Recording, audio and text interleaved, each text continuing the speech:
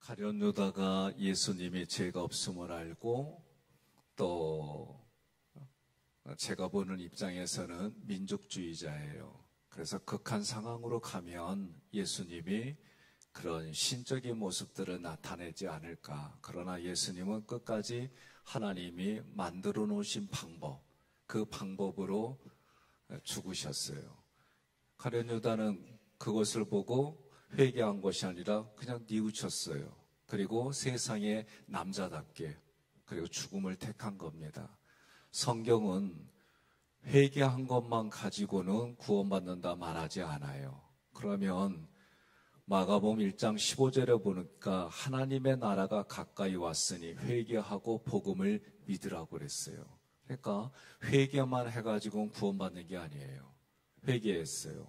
그 다음에 우리가 알아야 될 말씀은 마가복음 1장 15절의 말씀처럼 복음을 믿어야 돼요. 그러면 한마디로 복음은 무엇을 이야기하느냐? 예수가 그리스도입니다. 이게 복음이에요. 사도행전식으로 말하면 예수가 그리스도입니다. 예수가 그리스도입니다. 누가 먼저 말했냐면 베드로가 말했어요. 예수님이 제자들에게 나를 누구라고 하느냐?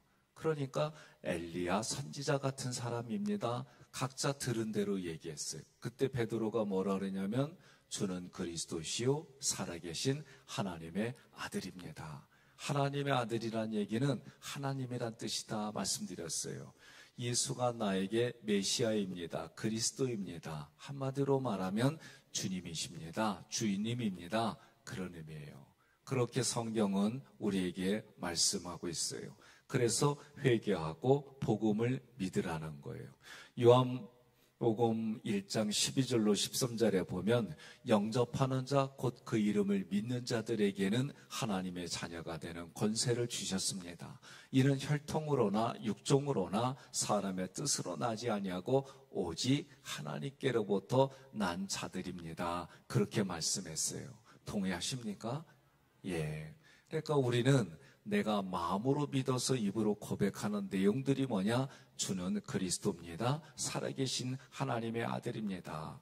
그러면 그 예수님을 우리는 어떻게 영접해야 될까라고 할 때 요한계시록 3장 20절에는 볼지어다 내가 문 밖에 서서 두드리노니 누구든지 내 음성을 듣고 문을 열면 내가 그에게로 들어가 그와 더불어 먹고 그는 나와 더불어 먹으리라 그랬어요.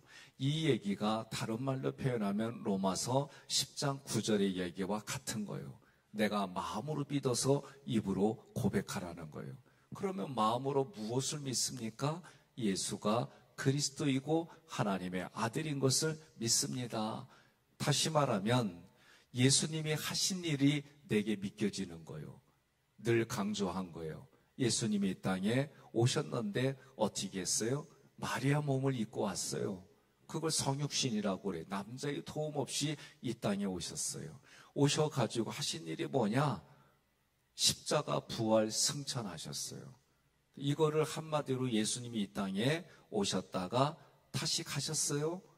이 얘기가 성육신으로 오셔서 남자의 몸을 빌리지 아니하고 남자의 도움을 받지 아니하고 성령으로 잉태되셔서 그게 성육신이에요. 이 땅에 오셨다가 가셨는데 하신 일이 뭐냐? 나의 죄를 대신 짊어지셨어요. 나의 죄를 대신 사하셨어요. 어디에서? 십자가에서. 그 당시 십자가는 가장 흉악무도한 죄인이 짊어지는 형량이에요. 형벌이에요. 그런데 예수님이, 죄가 없으신 예수님이 그렇게 십자가에서 나를 대신하여 죽으셨습니다. 나의 죄값을 대신 치셨습니다. 예수님이 죽으셨어요. 사망의 왕 노릇했어요. 사망의 왕으로서 예수님도 그 밑에 들어간 줄 알았어요. 그러나 왕인 사망을 깨뜨렸어요. 사흘 만에 부활하셨어요. 잠자는 자들의 첫 열매라고 그랬어요. 우리가 육신으로 사는데 육신이 흙으로 돌아가면 우리는 다시 영혼육이 부활해요. 우리는 죽은 게 아니라 잠자는 거예요. 그래서 예수님이 부활하고 승천한 후에 재림할 때 잠자는 자들이 먼저 일어난다 그랬어요. 그러니까 먼저 육신의 흙으로 돌아간 이들이 먼저 부활의 첫 열매가 되는 거예요. 예수님이 우리에게는 첫 열매가 됐지만 사람으로서는 예수 믿는 사람들이 그렇게 부활하는 거예요. 이게 성경에서 약속한 거예요. 승천은 왜 승천이냐? 하나님이 우리를 존귀히 여겨서 존귀한 자리에 앉으시고 그 옆자리를 여러분과 제가 믿는 사람들의 자리, 그 자리가 하나님께서 약속한 자리에 그곳에서 다스리는 거예요. 예수님이 오늘도 또 다른 보혜사로 우리에게 성령을 주셨어요. 그래서 성령이 내 안에 있어요. 이걸 자꾸 인식해야 돼요. 인식하지 않으면 어떻게 하느냐? 육신이 살아가는 대로, 세상이 살아가는 대로 살아가게 돼 있어요. 여러분과 저는 교회에서 다른 얘기하는 게 아니에요. 예수님 잘 믿는 얘기하는 거예요. 예수님 얘기하는 거예요. 예수님 잘 믿라고 그 근거가 예수만 얘기하는 거예요. 어떤 분이 그래요. 목사님 설교는요, 예수 얘기만 해요. 그래서 제가 어떻게 알았냐고 그 비밀을. 예? 저는 예수 얘기만 해요. 그전에는 설교 중에 누구의 주의, 누가 한 얘기들, 그것을 얘기를 하면은 좀 더 사람이 교양이 있어 보이고 그런 마음이 들었어요. 신학교 때.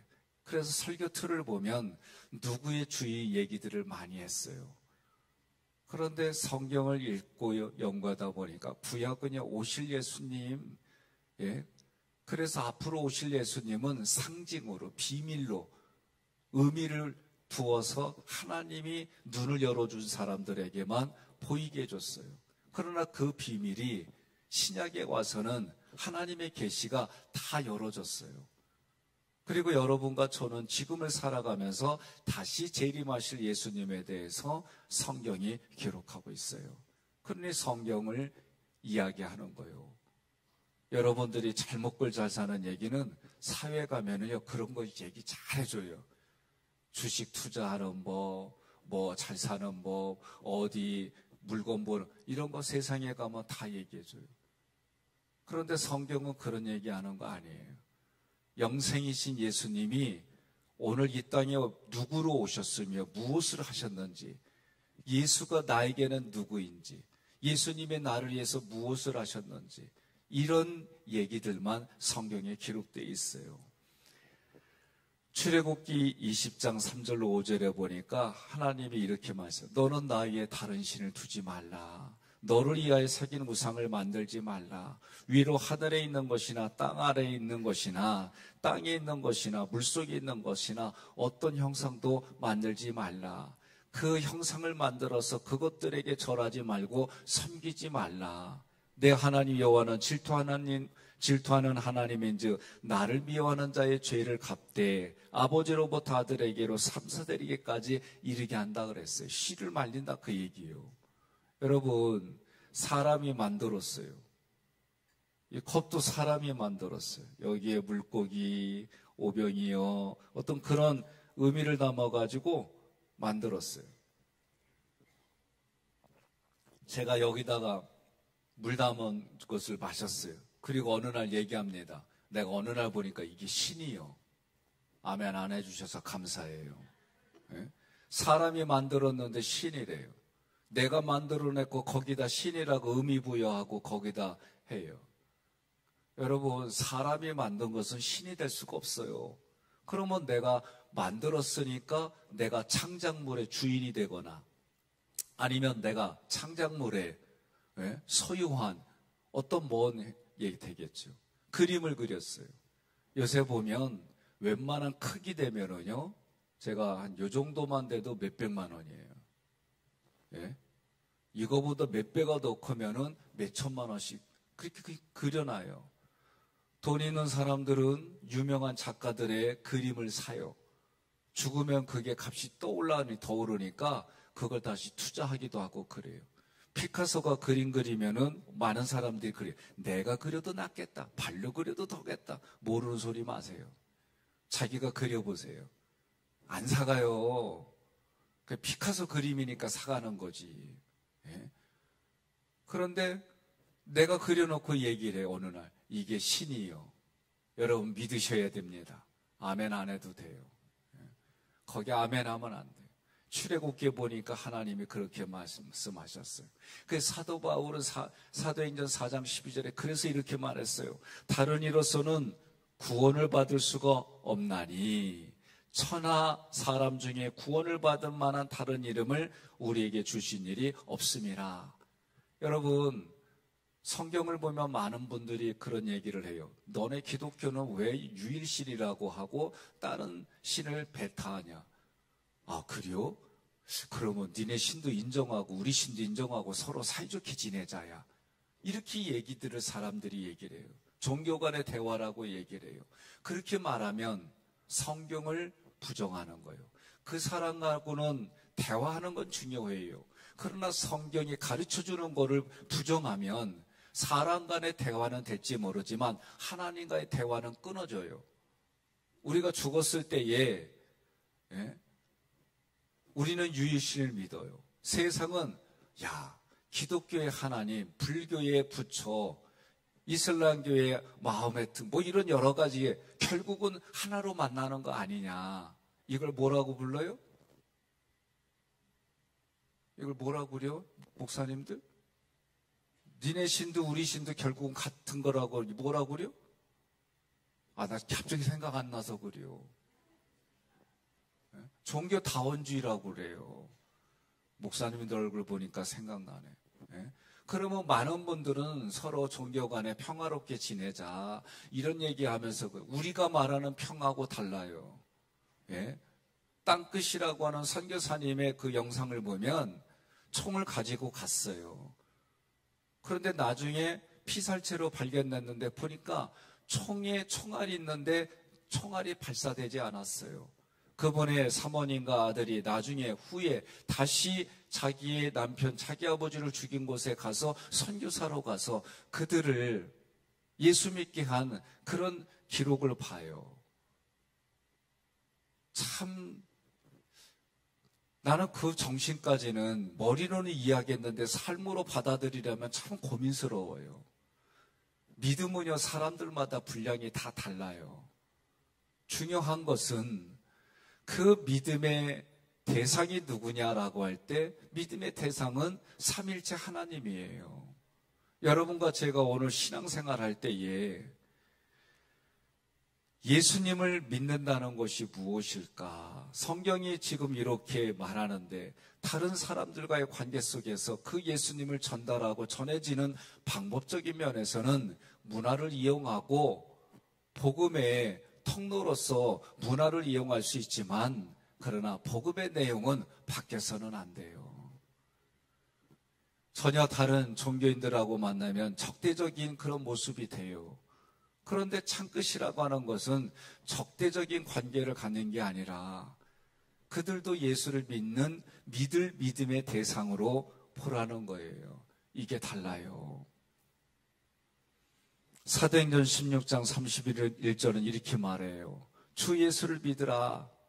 그리하면 너와 내 집이 구원을 받으리라.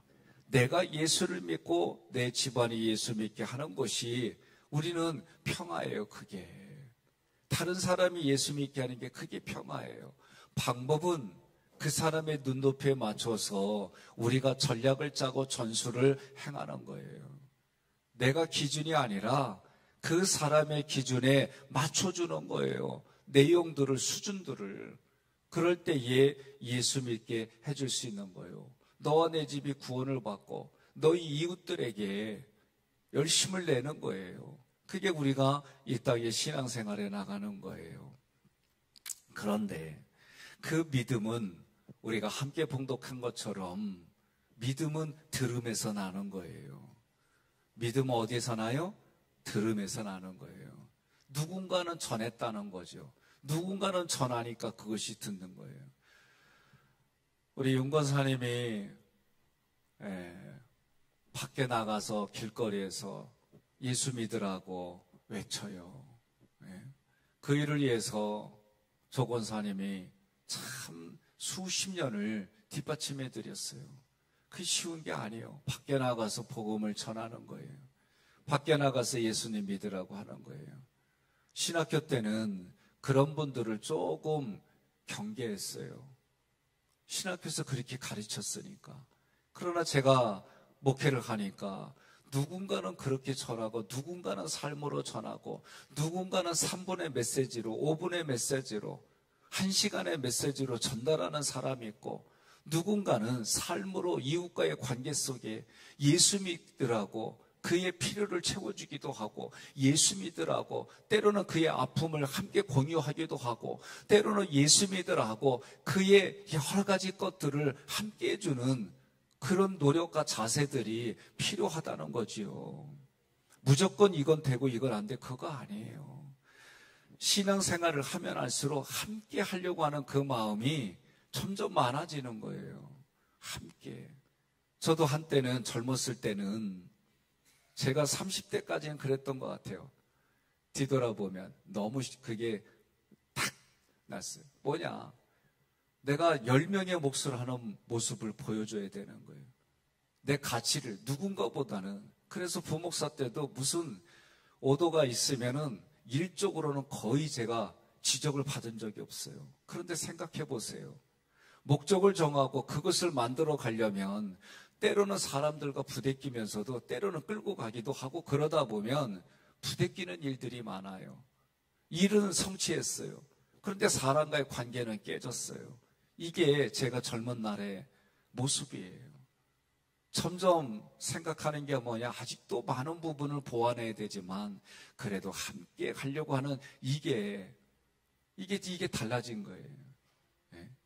사회는요, 내가 너보다 뛰어나, 니들보다는 뛰어나. 그래서 자기 자신을 자꾸 내세워야 돼. 그러려면 어떻게 해요? 밟아야 되고 못 올라가게 만들어야 되고 경쟁에서 이겨야 되고, 이게 그렇지 않고서는 자기 자신을 내세울 수가 없어요. 내가 당신보다는 더 뛰어나, 당신보다는 가치가 이래. 그래서 연봉제로 하는 데마다 연봉이 얼마다 다 그래. 축구 선수들, 배구 선수들, 야구 선수들 다 보면은 결국은 그의 능력에 따라 연봉이 달라져요. 어떤 분은 수천만 원에서부터, 어떤 분은 더 밑에 수백만 원에서부터, 아마추어로부터 프로에까지 보게 되면 그 연봉은 수백억에 이르기까지 다양해. 세상은 그걸 당연한 것으로 받아들이고 살아요. 그런데 성경은 네가 믿음이 크냐? 네가 믿음이 강하냐? 네가 믿음이 가지고 있는 게 크냐? 그러면 믿음이 작은 사람들을 네 품 안에서 섬겨라. 옆에 분한테 그려. 이럴 때 아멘 해야 되는 거예요. 그러세요. 이게 쉬운 얘기냐고요. 에베소서에 보게 되면은 함께라는 이 단어가, 서로서란 단어가 구약에 비해서 신약에는 어마어마하게 많아요. 이게 쉽지가 않아요. 저도 이런 고민들을 해요. 안 하는 게 아닙니다. 그러나 신앙의 그 정신을 나의 개인 생각과 세상에서 가지고 있는 이 생각들을 덮어가려고, 그걸로 품어가려고, 이게 쉬운 얘기 아니에요. 너희는 왕 같은 제사장이라. 제사장으로서 살아가지 않는 이상 왕의 역할을 할 수가 없는 거예요. 그러니 우리가 믿음의 분량으로, 믿음의 주신 그 크기로 살아가는데 믿음이 연약한 사람들을 품어간다는 게 이게 쉬운 게 아니에요. 고린도전서 12장 3절에 내가 너희에게 알리노니 하나님의 영으로 말하는 자는 누구든지 예수를 저주할 자라 하지 아니하고 또 성령으로 아니하고는 누구든지 예수를 주시라 할 수 없느니라. 이게 하나님의 안전장치예요. 우리가 이성적으로는 이런 일들을, 성경에 쓰여져 있는 일들을 이성적으로, 과학적으로는 비과학적이다, 비이성적이다 그래요. 그런데 믿음 있는 사람들은 뭐래요? 초월한다고 그래요. 이성을 초월하고 과학을 초월하고 논리를 초월해서 우리는 그거를 믿고 그것이 내게 믿어지는 거예요. 하나님이 우리에게 믿음을 주세요. 그러면 어느 날 이 믿음 때문에 성경의 말씀들이 믿겨지는 거예요. 그리고 또 그 믿겨지는 내용들이, 그것에 도달하고 내가 성취하는 일들이 세상의 방법이 아니에요. 세상은요, 고난, 고통 싫어해요. 그런데 바울은 내게 고난이 유익이라. 어제 백승우 간사가 고통 중에 역사하신 하나님에 대해서 했어요. 그런데 그 고난이 우리 예수 믿는 사람들, 저도 좋아하지는 않아요. 그러나 그 고난이 겪을 때 싸워요. 그 고난 때문에 고통 겪을 때 내 마음에서 싸워요. 그리고 이 고난을 통해서 내게 유익이 무엇인지 찾아내요. 아무리 힘든 일이 있을지라도 그곳에서 고난, 그곳에서의 아픔, 내가 반드시 유익을 찾아요. 그러지 않고서는 내가 견딜 수가 없어요. 이 고난과 아픔을 통해서 하나님이 나에게 주시는 메시지가 뭘까? 이 상황을 통해서 하나님이 나에게 주시는 유익이 뭘까? 이거 찾아내지 않으면 어느 자리에서든 여러분 신앙으로 이길 수가 없어요. 부부싸움에서도 내게 유익을 하나 찾는 거예요. 예? 내가 지금 회사에서 잘릴 위기에 있어도 내게 유익을 하나 찾는 거예요. 이 훈련이 되지 않는데 여러분, 사람의 내 마음은요, 누구든지 간에 자기 중심으로 살아가게 돼 있고 자기 보호하게 돼 있고 자기가 방어하기 위해서 쓰는 방어 기제 다 있어요. 없는 게 아니에요. 없는 게 아니에요. 제가 훈련시킨 집의 개도요, 제가 시골에서 그 개도요, 주인인 걸 아니까요, 그렇게 하다가도 때리잖아요. 그럼 이 드러내요. 그런데도 꼬랑지는 내리고요. 그럼 덮여가지고 내 말 복종하게 만들었어요. 그랬더니 이도 드러낼까 말까 고민하더라고 얘가. 예? 드러내면 또 맞으니까. 아니 훈련시키면 되더라고 동물들은. 그런데도 사람은요, 예? 그게 그렇게 쉽냐고요. 동물들도 훈련시키는 기간이 있는데 여러분과 제가 수십 년간 내 마음대로 살아왔는데 그런데 어느 날 교회 갔더니 자기를 부인하라고 그래요. 세상은 자기를 알리라고 그러는데 교회는 자기를 부인하라는, 이게 쉬운 얘기가 아니에요. 그런데 성경은 그런 나에게 찾아와 주셔서 성경을 통해 나를 깨닫게 해주시고 그리고 그런 나를 만들어가고 나를 다루어서 하나님이 쓰시기에 편리한 하나님의 사람으로 만들어가기까지 하나님이 얼마나 오래 참으시고, 예? 이 지구의 종말도 능력이 없어서가 아니고 우리를 심판하는 일들도 그분이 구원할 힘이 없어서가 아니라 모든 사람이 예수 믿기를 원하고 그 일을 위해서 땅끝까지 복음이 증거되기 위해서 참아주신다고 하는 그 관점에서 보지 않는 이상 우리는 쉬운 신앙생활 할 수가 없는 거예요.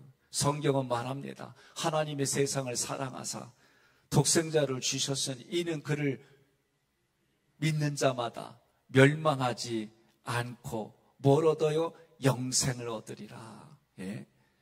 예수님이 영생이세요. 예수님의 말씀이세요.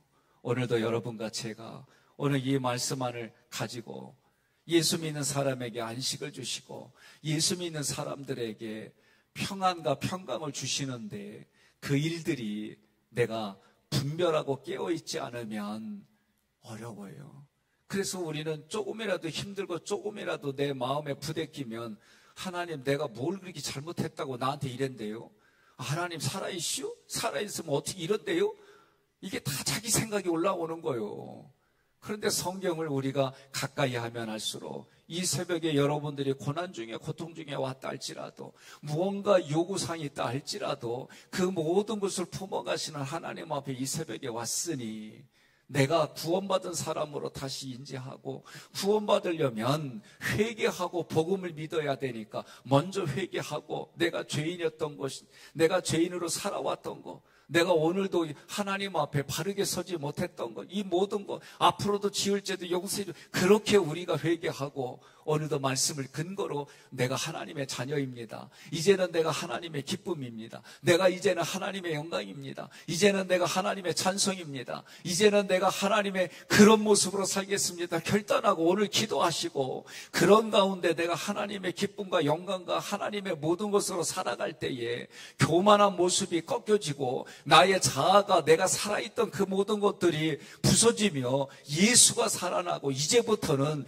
예수가 살고 나는 죽어지는 그런 인생을 살아갑니다. 그리고 세상에서 그렇게 살아가다가도 한계에 부딪혀가지고 내가 또 드러나면 하나님의 전에 와서 또 하나님 그렇게 기도하다 보면 내 신앙이 점점 더 깊어지고 내 신앙의 그릇 사이즈가 더 커지고 높아지고 더 깊어지는 줄 믿습니다. 우리는 그런 존재예요. 완벽한 존재가 아니에요. 그래서 매 부족한 부분이 보일 때마다 하나님 도와주세요. 하나님 살려주세요. 하나님 나를 이끌어주세요. 그렇게 부르짖는 이 새벽의 시간이 필요한 줄로 믿습니다.